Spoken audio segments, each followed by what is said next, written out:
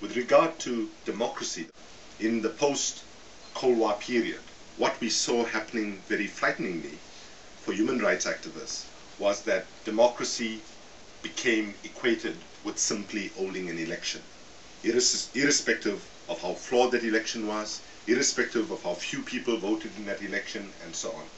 So we have been talking in the developing world and more broadly, even before the war on terror started in 2001, about a deepening democratic deficit, where in fact we were having democracy reduced simply to the singular act of casting a ballot once every 4 or 5 years, but not actually creating an enabling environment for citizens to participate actively in public life, to bring their voice to policy making, and so on. And also we have some serious reservations even in terms of the countries that put themselves out as promoters of democracy, because in fact there are lots of contradictions about their conduct internally while they are preaching democracy around the world. With the tragedy of September 11, 2001, things got significantly worse. What we have seen in the name of the war on terror, we have seen an increase in the attacks on trade unions, increase in the attack of voices of difference.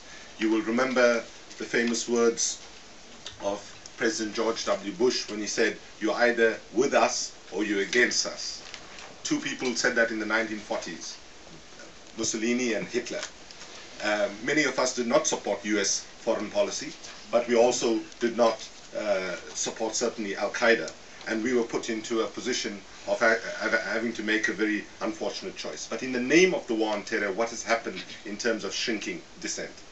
What we've seen is a rise in detention without trial, a breakdown of the rule of law, intensification of torture, even by the CIA and even with collusion of countries in this European human rights kind of environment where airspace and so on was used for rendition. For those of you who don't know, rendition is basically where the CIA was capturing people in one country, torturing them in another country, and dumping them in a third country. We've seen invasion of privacy. Today the UK government is the United Kingdom is one of the most monitored societies in the world. You can't go anywhere without a CCTV actually capturing you doing something or the other. And I want to just tell you a short story that tells you how difficult the conduct of democracy promoting countries over the last 10 years has meant for those of us who are trying to fight for democracy in countries where we have weaker democratic traditions.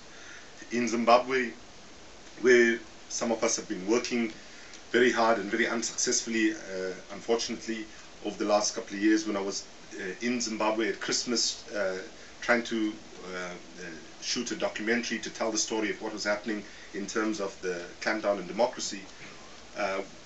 Whenever we have encountered members of the Zimbabwe government, this is what they tell us, and this is typical to other governments as well, in countries who do not have long-standing democratic traditions. They say, "Why are you putting pressure on us? We didn't do Guantanamo Bay, we didn't do Abu Ghraib, we are not doing rendition, we are not like Gordon Brown trying to pass a 42-day detention without trial law," and so on. So essentially what has happened is that the struggle to advance democracy in a very basic level, and the struggle to advance the space for democratic participation and for the ability to take non-conformist positions and dissent from the public orthodoxy has got incredibly difficult for us. If we look specifically at how dissent has been marginalized, it has affected different parts of civil society in different ways. I would say that most religious and faith-based institutions have been affected in some parts of the world, but not so seriously. The two parts of civil society that have been most heavily hit would be labor organizations and NGOs, but not all NGOs or not all non-profit organizations or voluntary organizations, as you call them here in UK and Ireland. It is those organizations that are particularly doing work around advocacy and trying to change policies.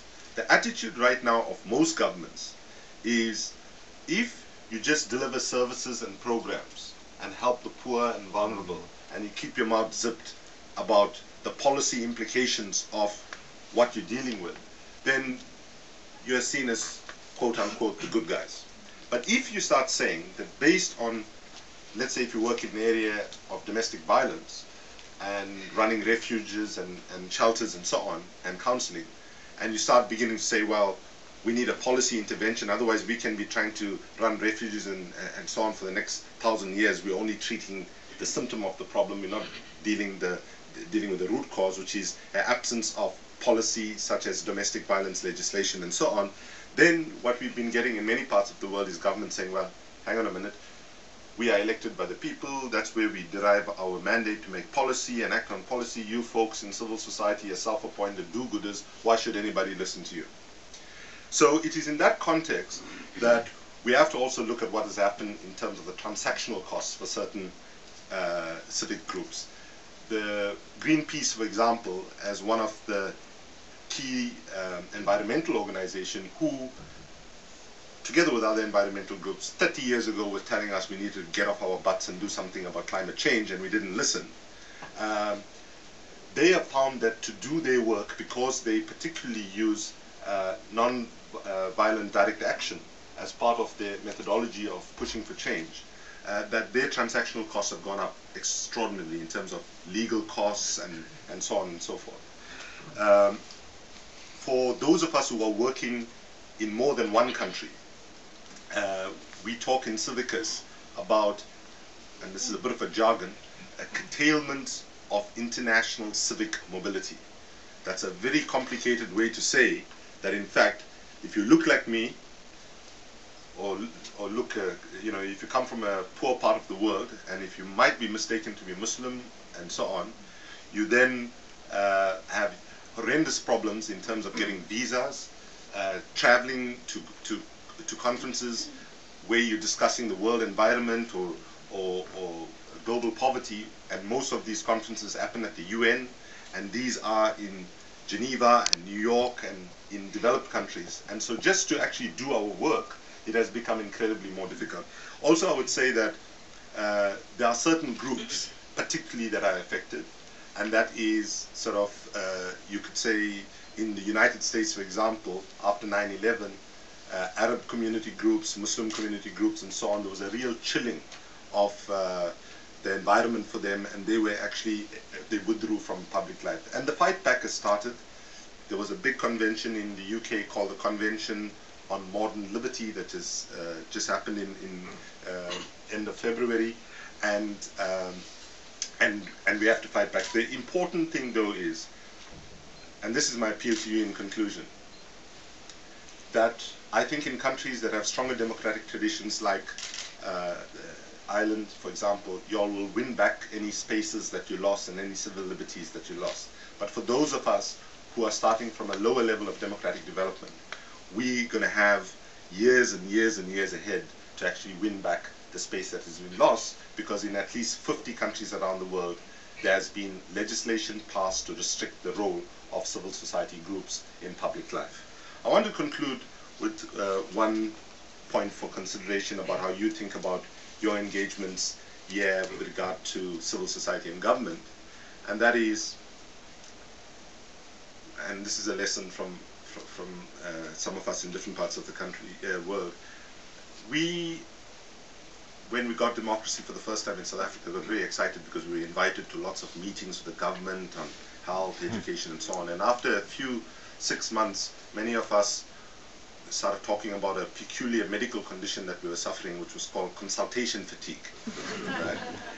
And quite often, what we began to make a mistake, we were making a mistake of confusing access for influence.